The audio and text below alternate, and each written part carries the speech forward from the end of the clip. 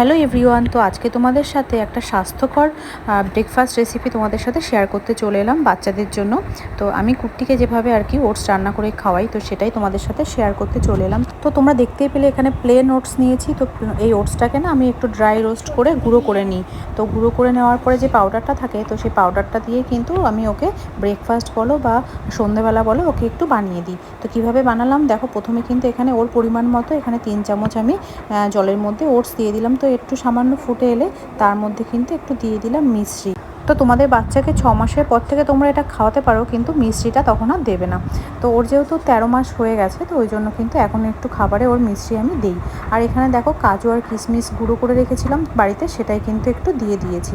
আর ফলের মধ্যে দেখো যেটা ও খেতে পছন্দ করে, মানে তোমার বাচ্চারা যেরকম খেতে পছন্দ করবে, সেটা আপেল হোক, তারপর কলা হোক, যেটাই তোমাদের ঘরে অ্যাভেলেবেল থাকবে, তো সেরকম একটা ফল তোমরা কিন্তু দিতে পারো। তো আমি এখানে একটা কাঁঠালি কলা নিয়েছি। তো কলাটাকে এবার একটু হাতে চটকে এরকম পেস্ট করে নেব। তারপর কিন্তু এই রান্না করে রাখা ওটসের সাথে কিন্তু কলাটাকে মিশিয়ে নেব ভালোভাবে। আর ও যেহেতু এখন ফর্মুলা মিল্ক খায়, তো ওই জন্য কিন্তু ওই খাবারটার সাথে আমি 1 চামচ এখানে অ্যাড করেছি ফর্মুলা মিল্ক।